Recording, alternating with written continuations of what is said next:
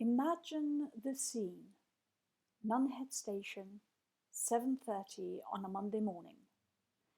It's cold and it's misty and I am wearing the coat. The coat is double-breasted, scarlet, ankle length, and has earned me the nickname of the General from more than one friend. To accessorise, I'm wearing a red and brown velvet scarf and a little brown pillbox hat to set it off. In my mind, I am Julie Christie in Dr. Zhivago. I look the business. The train arrives and the doors open on an already crowded carriage where people are studiously ignoring each other as well as they can, given that they can probably count each other's ribs. There is no space for me, so I dash along to the next carriage. Here I find just enough room to get my feet in. I clamber in, lean slightly forward so that the doors can close behind me. The door mechanism begins to beep and the doors slide shut. Whoa, I've done it. I'm on the train, so I don't have to wait another 30 minutes for the next, equally crowded one. I don't have to hold on because it's so full that there's nowhere to fall. And I can just lean back against the doors. Oh, bit shaky there, but no problem because something is holding me back. It's at this point that I realise that my extravagant and dearly loved coat is trapped in the doors.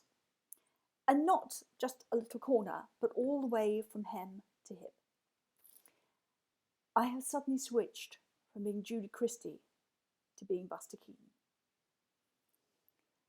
My mind starts racing. I know that these doors do not open at any point from here up to my final destination at Blackfriars. I begin to tug discreetly at my coat, but because there's no room, I can't get any real leverage on it, so the coat sticks fast. To my mind, I have three options. Number one, wait until I get to Blackfriars, wait for people to leave, and then tug like fury. Go to Blackfriars, stay on the train, which I know will return to Elephant and Castle, where the doors will open on my side of the train, and I can just get out of the train, take the tube, and find another way to work. The third option is to go to Blackfriars, wait for people to get off, take off my coat, and leave it hanging there. Obviously, this would cause problems and a possible manhunt as they try to find the body to go with the coat, but this is a minor consideration. Now, the eagle-eyed amongst you will have noticed that there wasn't an option 4, ask for help. I want to be inconspicuous. Well, as inconspicuous as you can be when you're just like an extra from War and Peace. Being seen as someone with an eccentric style of dress is one thing. Being seen as someone who can't even board a train without making a complete hash of it is another thing altogether. So, here I am, still on this train. Just in case drastic action is called for, I have transferred everything from my pockets into my handbag. We pull into Blackfriars and we draw to a halt. People rush off the train and hurl themselves to the ticket barrier. I stand coolly aloof, as though elbowing my way through the hoi polloi is so far beneath me. When the coast is clear and against the clock, because the train is due to go the other way any minute, I grab the back of my coat and I pull. It moves about an inch, which is promising. I just need to get a bit more leverage. So I plant my feet about a foot apart. I take a firm grip with both hands and give it a good yank. Voila! Like the hero from a boy's action story, with one bound, I am free. Or, to be more exact, with one hefty tug, my coat releases from the doors and I catapult across the carriage and out of the train like somebody shot from a cannon.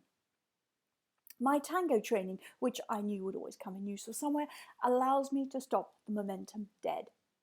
And as I do, the doors of the train close behind me, ready for its return journey. I take a deep breath and walk purposefully towards the barrier. Aside from a dirty great big black mark on the back of my coat, I think I have pulled it off, and the words of Gene Kelly in Singing in the Rain run through my head. Dignity, always dignity. And the life lessons to take from all this.